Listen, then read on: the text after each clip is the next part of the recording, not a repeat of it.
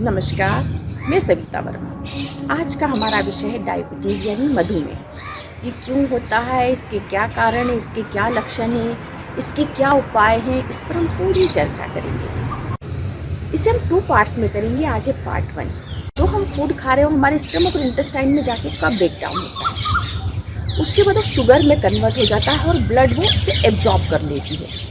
जैसे ही ब्लड में शुगर की मात्रा बढ़ती है तो हमारे शरीर में ग्लैंड होती है पेनक्रियाज, उसको इंडिकेशन मिलता है।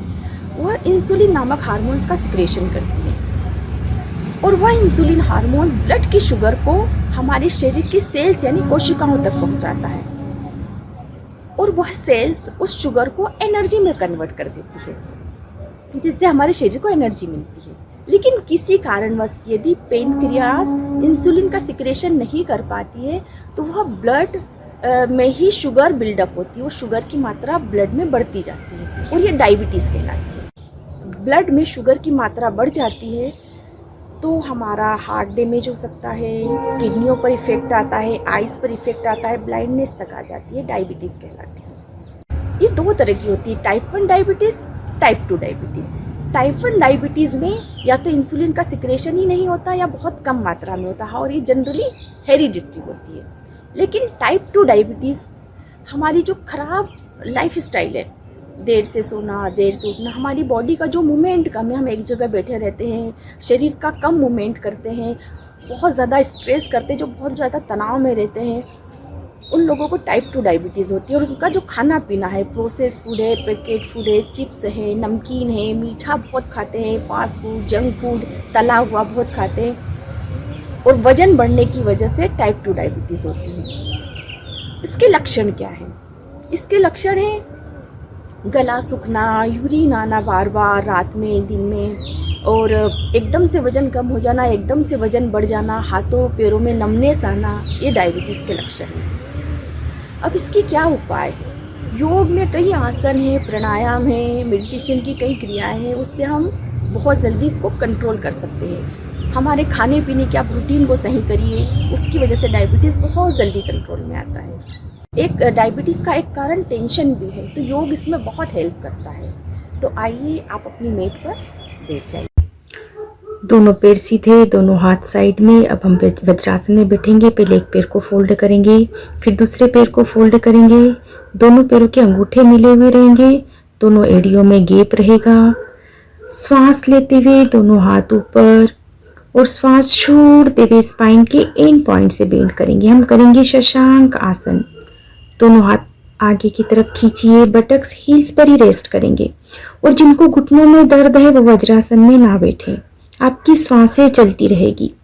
शशांक आसन हमारे तनाव को पूरी तरह से दूर करता है, मन शांत होता है, इसलिए डायबिटीज नॉर्मल होती है। श्वास लेते हुए हाथ ऊपर, श्वास छोड़ते हुए हाथ नीचे।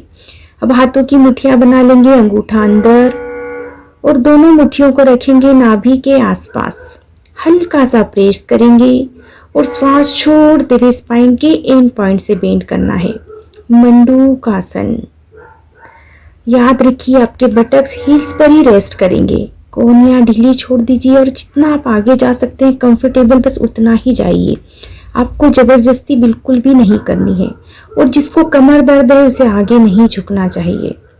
आपकी श्वास चलती रहेगी, क्योंकि श्वास चलने से हमारा डायफ्राम नीचे आता है, उससे हमारे इंटरनल ऑर्गन्स पे हल्का सा प्रेशर आता है और हाथों की मुट्ठियों का भी हल्के प्रेशर होता है।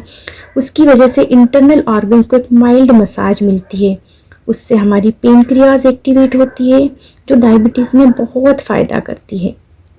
आपकी श्वासें चलती रहेगी, आपको श्वास बिल्कुल भी नहीं रोकनी है। कोहनियां ढीली छोड़ दीजिए आप। और अब धीरे धीरे श्वास लेते हुए वापस ऊपर आना है और मुट्ठियों को छोड़ दीजिए। दोनों हाथ थाइस पर रखेंगे।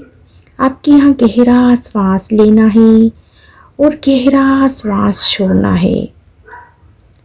अब धीरे से हम वज्रासन से बाहर आ जाएंगे। दोनों पैरों को हम सीधा कर लेंगे और करवट लेके सीधा पीठ के बल लेटना है हमें। दोनों पैर मिले हुए, दोनों हाथ साइड में। दोनों पैरों को फोल्ड कर लीजिए, दोनों पैरों में थोड़ा सा गैप और श्वास लेते हुए अपनी कमर को ऊपर उठाना है, अर्ध चक्रासन। आपकी सांसें चलती रहेगी, आपको श्वास नहीं रोकना है। थाइस के लिए, कमर दर्द के लिए बहुत अच्छा आसन है ये।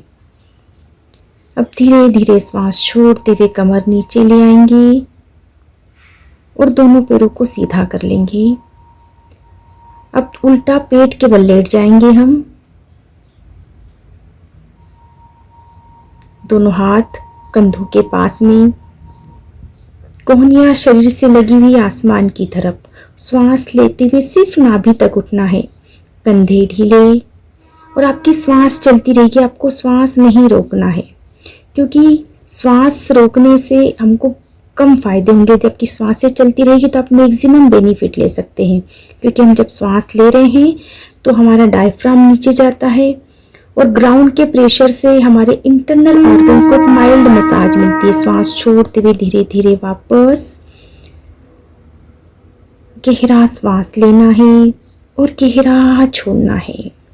अब आप करवट लेके अपने स्थान पे, आपको कोई भी जानकारी चाहिए तो आप कमेंट बॉक्स में आप लिख सकते हैं। आपको कोई भी इंक्वायरी हो, उत्सुकता हो,